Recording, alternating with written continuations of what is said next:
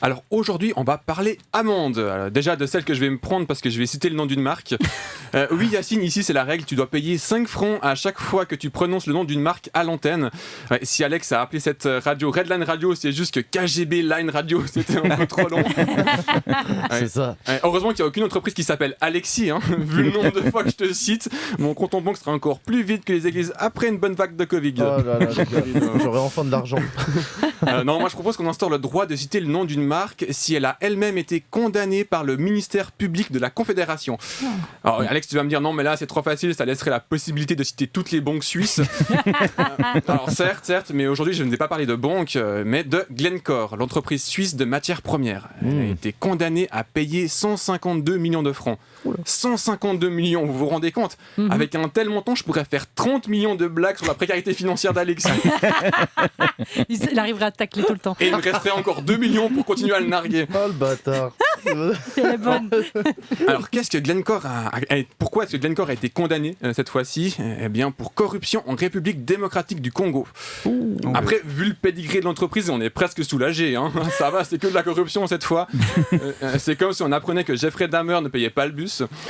Ah, ça c'est possible. Allez ça, celle-là. Alors plus précisément, la justice a estimé que le groupe n'avait pas mis en place suffisamment de garde-fous pour éviter des actes de corruption. En gros, la corruption, c'est ok, mais à condition que ça soit difficile. La justice suisse, c'est mon prof de maths qui disait « Vous avez le droit de tricher, mais pas de vous faire attraper. » Tu sens que le ministère public, il est un peu saoulé, du genre oh, « J'aurais quand même pu faire un effort, maintenant on est obligé de vous condamner. Hein, » C'est pourtant simple d'éviter la justice. Regardez, même Norman a réussi à le faire. Ah. En décourdement, ouais. Cette corruption a permis à la multinationale de racheter des mines en RDC, un pays qui est déchiré par la guerre, notamment à cause de ses ressources. À la Suisse, on n'a peut-être pas eu de colonie, mais on compte bien rattraper notre retard. Hein. La Suisse est au colonialisme ce que Djokovic est au tennis. On ne joue pas dans les règles de l'art, mais on va finir par dépasser tout le monde. C'est dur. Sur les 152 millions que doit payer le groupe, il y en a 150 qui sont des créances compensatrices. En gros, c'est la somme que Glencore a économisée grâce à la corruption. L'amende n'était en réalité que de 2 millions de francs. Ça vaut la peine de tenter le coup. Hein. Pour vous donner une idée, c'est si les CFF fonctionnaient de la même manière, pour un trajet Lausanne-Zurich, son billet, ça ferait une amende de 1 franc. Oh bah c'est J'adore. vachement Non, cool. mais là, je dingue, ferais je sais plus pas. souvent le trajet. Ouais, mais mettez-vous à la place d'Alexis, il aurait enfin l'occasion de découvrir des gens qui parlent une autre langue. Ça, j'étais sûr qu'il Tu pourrais allait aller voir revenir plus de vers moi. Suisse allemand. Bah. Et le pire dans tout ça, c'est que ces 150 millions de francs, ils vont aller dans les caisses de la Confédération.